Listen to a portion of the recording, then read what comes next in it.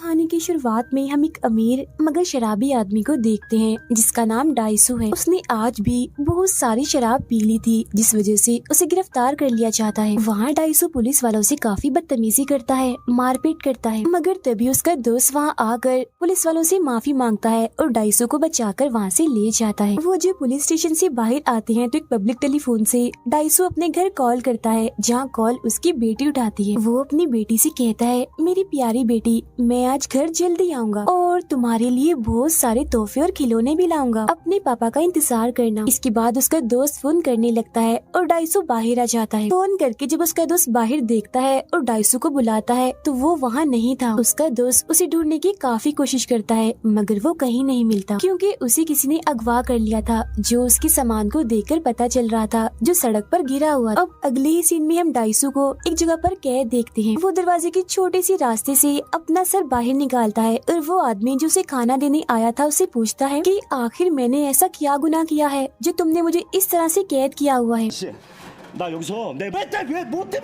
लेकिन वो आदमी उसे कोई जवाब नहीं देता और वो छोटा सा रास्ता लॉक करके वहाँ से चला जाता है। अब डाइसू को कोई अंदाजा नहीं था कि वो लोग उसे एक हफ्ता नहीं, एक महीने नहीं, एक साल नहीं, बल्कि पूरे 15 सालों तक ऐसे कैद करके रखने वाले थे। मगर इसकी पीछे वजह क्या थी, इसके बारे में हमें बाद में पता चलेगा। अब डाइसू अकेला रहकर पागल ना हो जाए, इसीलिए वो लोग उसके कमरे में एक गैस छोड़ देते हैं जिससे उसे नींद आ जाती है। नींद भी ऐसी जैसे वो बेहोश हो। फिर एक दिन उसे गहरी नींद में सुलाकर वो लोग उसके जिस्म से थोड़ा सा खून निकाल लेते हैं और फिर अगले दिन डाइसू को पता चलता है कि उसकी वाइफ का किसी ने कत्ल कर दिया है और पुलिस कत्ल का मुजरिम डाइसू को साबित कर चुकी है, क्योंकि जहाँ कत्ल हुआ वहाँ डाइसू के खून की बूंदें मिली थी। अब इस सब के बारे में डाइसू को पता नहीं, क्योंकि वो तो सोया हुआ था, मगर हम जानते हैं कि वो खून जरूर वही हो सकता है जो वो लोग लेकर गए थे। ये जानकर डाइसू काफी टूट जाता है और दुखी भी हो गया था, इसीलिए अपनी बाजू काट कर अपनी जान लेने की कोशिश करता है। लेकिन जिन लोगों ने उसे कैद किया हुआ था वो दोबारा से उसका इलाज करके बिल्कुल ठीक कर देते हैं, लेकिन वो फिर भी बाज नहीं आता। एक बार नहीं बल्कि कई बार अपनी जान लेने की कोशिश करता है, जहाँ वो लोग भी बार बार उसका इलाज करके मरने से उसे बचा लेते हैं। ऐसा लग रहा था कि किसी वजह से वो ये नहीं चाह रहे कि डाइसू मरे, वो उसे जिंदा रखना चाहते थे। अब डाइसू को एक आइडिया आता है। खाने के लिए उसे जो स्टिक्स मिली थी उनकी मदद से वो दीवार को खोदने लगता है। ऐसा वो अपना वक्त गुजारने के लिए करता है। फिर ऐसे करते करते 15 साल गुजर जाते हैं। वो एक ईंट को हटाने में भी कामयाब हो गया था, जहाँ से वो पूरे शहर को देख पा रहा था। वो इस वजह से भी काफी खुश था कि 15 साल का ये अजाब वक्त भी खत्म हो गया है। उसका अब बस एक ही मकसद था, बाहर जाकर उस इंसान को ढूंढना जिसने उसे यहाँ कैद करके उसके 15 साल जहन्नुम जैसे बना दिए। वो आज रात सो जाता है इस उम्मीद में कि कल मैं यहाँ से निकल जाऊंगा, मगर सुबह उठकर जब उसकी आँख खुलती है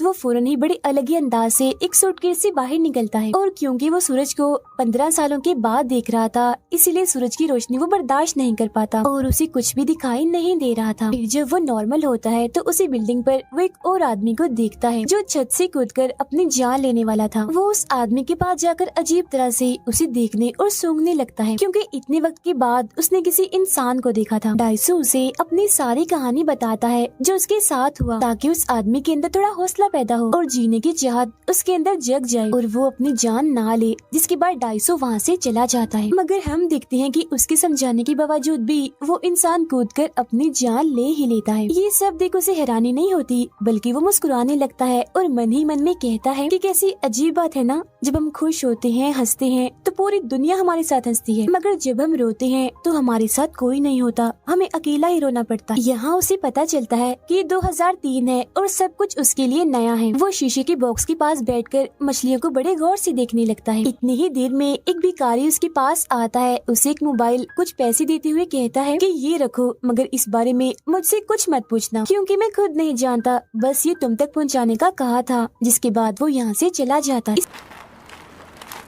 इसके बाद डाइसू एक होटल में बैठा होता है, जहाँ तभी उसी मोबाइल पर किसी की कॉल आती है। वो जब उस कॉल को उठाता है तो पता चलता है कि कॉल पर वही आदमी है जिसने उसे इतने सालों तक कैद करके रखा हुआ था। वो आदमी इससे पूछता है, तुम्हें कैसा लग रहा है आजाद होकर? मगर डाइसू उसकी बात को नजरअंदाज करके बार बार उससे एक ही बात पूछता है कि आखिर तुमने मेरे साथ ऐसा क्यों किया? जिस पर वो अगवा करने वाला आदमी कहता है, तुम एक बार अपनी जिंदगी में झांको और फिर सोचो कि तुम कौन हो और तुमने अपनी जिंदगी में क्या क्या काम काम किए हैं। इतना बोलकर वो कॉल काट देता है।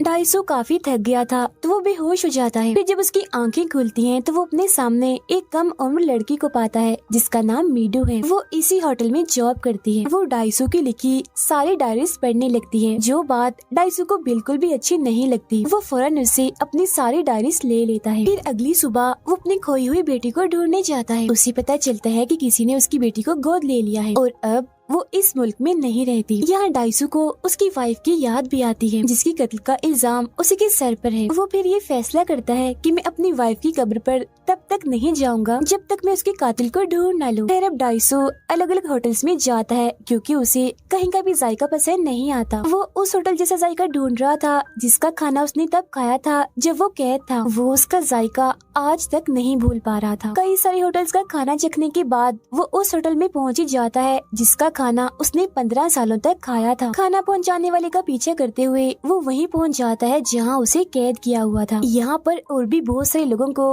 अलग अलग कमरों में कैद किया हुआ था। ये किस्म की जेल थी। डाइसू जेल के मैनेजर को पकड़ लेता है। वो उसके मुंह में कपड़ा ठोस कर उसके पूरे जिस्म पर टेप्स लगाकर बांध लेता है और उससे बस एक ही सवाल वो पूछता है कि तुम्हें ऐसा करने के लिए किसने पैसे दिए थे, जिस पर वो मना कर देता है कि मैं इस बारे में कुछ नहीं जानता। अब डाइसू एक एक करके उसके 15 दांत तोड़ देता है और बड़ी बेरहमी से उन्हें बाहर भी निकाल लेता है। और तो और वो यहाँ पर काम करने वाले लोगों को भी बहुत मारता है, मगर वो लोग काफी ज्यादा थे तो वो खुद भी काफी जख्मी हो गया था। वो फिर अधमरी हालत में खून में लथपथ बाहर आता है और फौरन गिर जाता है, जहाँ तभी एक आदमी उसकी मदद करता है और फौरन उसे गाड़ी में बिठाता है। हैरत ये थी कि वो डाइसू को उसका नाम लेकर बुला रहा था, जिससे डाइसू को उस पर शक हो जाता है, मगर उसमें इतनी हिम्मत नहीं थी कि उसका पीछा करता। डाइसू को जब होश आती है तो वो अपने सामने मीडू को पाता है जिसने उसके सारे जख्मों को सीकर बिल्कुल ठीक कर दिया था। वो अपने साथ कुछ ऑडियो टेप्स भी लाया था जिन्हें एक एक करके वो सुनने लगता है। यहाँ उसे सिर्फ एक ही बात पता चलती है और वो ये कि जिस आदमी ने भी उसे अगवा करके कैद किया था उसे डाइसू से बस एक ही शिकायत थी कि वो बोलता बहुत है और उसकी जुबान बहुत जलती है। इसके बाद वो अपने उसी दोस्त के पास जाता है जिससे 15 साल पहले वो अलग हो गया था, जो उसे पुलिस से आजाद करके लाया था। जैसे वो डाइसू को देखता है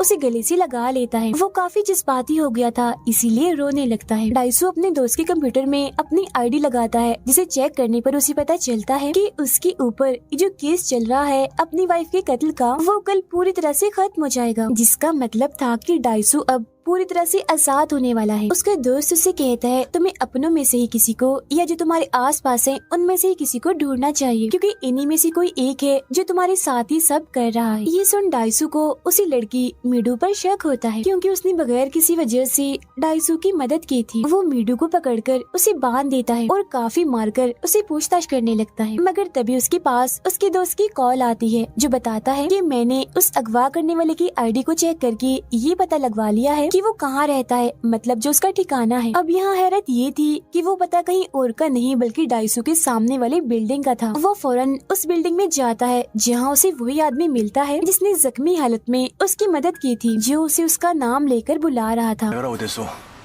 यहाँ हमें इस आदमी का नाम पता चलता है, इसका नाम वोजिन होता है। वो डाइसू को देखकर मजाकिया उस पर हंसने लगता है, जो देखकर डाइसू को गुस्सा आ गया था और वो फौरन आकर उसे गले से पकड़ लेता है, जिस पर वो डाइसू से कहता है अगर तुम चाहो तो मुझे मार सकते हो। वो फिर उसे अपना सीना दिखाता है जिस पर टांगों के निशान थे और कहता है कि मेरे अंदर एक चिप डिवाइस है और ये देखो रिमोट भी है, अगर मैं चाहूँ तो रिमोट दबाकर भी खुद को मार सकता हूँ, तो मौत से मरने से तो मुझे डर नहीं लगता। और हाँ, अब तुम जान ही गई हो कि मैंने तुम्हें वहाँ कैद किया था, तो अब ध्यान से मेरी बात सुन लो। तुम्हारे पास मजीद 5 दिन है। अगर तुमने पता लगवा लिया कि मैंने तुम्हें 15 सालों तक कैद क्यों रखा था तो मैं खुद को मार लूंगा, लेकिन अगर तुम पता ना लगवा सके तो मैं मीडू को मार दूंगा, यानी उस लड़की को। इतना कहकर वो यहाँ से चला जाता है। डाइसू भी अब उसे कुछ नहीं कहता और जाने देता है, क्योंकि वो भी जानना चाहता था कि आखिर मैंने ऐसा क्या किया जो मुझे इतनी बड़ी सजा मिली।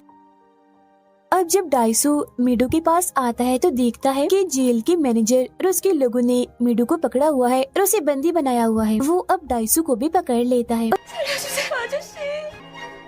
और उसके दांतों को भी बिल्कुल वैसे ही तोड़ना चाहता था जैसा उसके साथ डाइसू ने किया था। मगर तब इतनी ही देर में दरवाजे पर वो जिनका आदमी आता है, जो मैनेजर को बहुत सारे पैसे देकर डाइसू को छोड़ने का कहता है, जिस पर मैनेजर मान भी जाता है और पैसे लेकर वो डाइसू और मेडू दोनों को ही छोड़कर वहाँ से चले जाते हैं। जाते वक्त डाइसू मैनेजर से कहता है कि मैं तुम्हारे हाथ काट दूंगा जिससे तुमने मेडू को छुआ है। अब मेडू अपनी नौकरी छोड़ देती है और वो दोनों इस जगह को छोड़कर कहीं दूर चले जाते हैं। दोनों की एक दूसरे से दोस्ती हो चुकी थी, वो काफी करीब भी आ चुके थे। मगर अगली सुबह जब वो सोकर उठते हैं तो अपने सामने एक बॉक्स देखते हैं जिसके अंदर मैनेजर का कटा हुआ हाथ था। ये देख डाइसू समझ जाता है कि ये काम जरूर वोजिन का है। वो सोचता है कि मैनेजर का हाथ तो मैंने काटना था, मगर वो तो वोजिन ने काट दिया। आखिर उसे ये हाथ काटने वाली बात कैसी पता चली। उसे यहाँ पर शक हो जाता है कि जरूर किसी तरह वोजिन ने हम पर नजर रखी हुई है। इसीलिए वो बिजली की एक दुकान पर जाता है और अपने कपड़े, जूते, सारी चीजें चेक करवाता है। तब उसे पता चलता है कि उसके जूते में एक चिप लगी हुई थी जिसकी मदद से वोजिन उनकी सारी बातें सुन रहा था और उन पर नजर रखी हुई। फिर डाइसू जब रिसर्च करता है तो उसे एक स्कूल के बारे में पता चलता है। ये वही स्कूल था जिसमें वो पढ़ता था। वो स्कूल में जाकर छानबीन करने लगता है जहाँ उसे एक लड़की के बारे में पता चलता है, मगर उसकी तस्वीरें वहाँ से हटा दी गई थी। तब डाइसू अपने दोस्त को कॉल करके पूछता है, क्या तुम इस लड़की के बारे में जानते हो? जिस पर उसका दोस्त कहता है कि हाँ, ये तुम्हारी क्लास में तो पढ़ा करती थी, मगर एक दिन उसने नदी में कूदकर अपनी जान ले ली। और ये लड़की पूरे स्कूल में बदनाम थी क्योंकि लोगों का कहना था कि वो अच्छी लड़की नहीं है, उसने गलत ताल्लुक बनाए हुए हैं। अब यहाँ साइड में ही अपने सिस्टम पर वोजिन भी बैठा हुआ था। उस लड़की के बारे में ये सारी बातें सुनकर उसे बहुत बुरा लगता है। इसीलिए वो डाइसू के दोस्त के पास जाकर उसे इतना पीटता है कि जान से ही मार डालता है। जिसके बाद वो उसे कहता है, तुमने उसके बारे में बहुत गलत बकवास की है, वो कोई ऐसी वैसी लड़की नहीं थी, समझ गए ना? जिसके बाद वो यहाँ से चला जाता है। डाइसू को जब अपने दोस्त की मौत का पता चलता है तो उसे बहुत दुख होता है। उसे लगता है कि वो मेरा दोस्त था, इसीलिए उसकी मौत हुई और अब कहीं मीडू की भी ना हो जाए, इसीलिए वो उसे मैनेजर के पास छोड़ देता है क्योंकि अब उन दोनों की दोस्ती हो गई थी। और सच्चाई का पता लगवाने के लिए अकेला ही वो निकल जाता है। जहाँ अब धीरे धीरे उसे याद आता है कि जब उसने स्कूल छोड़ा था तो वो लड़की जिसने अपनी जान ली और उसका भाई एक दूसरे के काफी करीब आ गए थे, जिन दोनों को डाइसू ने देख लिया था। और अब यहाँ पर ये राज खुलता है कि उस लड़की का भाई और कोई नहीं बल्कि वोजिन था, यानी वही जिसने डाइसू को इतने सालों से कैद रखा। अब डाइसू ने स्कूल तो छोड़ना ही था, इसीलिए वो ये सारी बातें अपने दोस्त को बता देता है, मगर वो उससे ये कहता है कि ये बात राज रहनी चाहिए, किसी को भी मत बताना। और बस यही उसकी जिंदगी की सबसे बड़ी गलती थी कि उसने अपने दोस्त पर भरोसा करके ये बात उसे बता दी, क्योंकि उसने ये बात राज नहीं रखी बल्कि पूरे स्कूल में ही फैला दी, जिससे उस लड़की ने अपनी जान ले ली। और इसी चीज का बदला वोजिन डाइसू से ले रहा था। अब आखिरकार डाइसू को पता चल ही गया था कि क्यों आखिर इतने सालों से वोजिन ने उसे कैद करके रखा था। और आज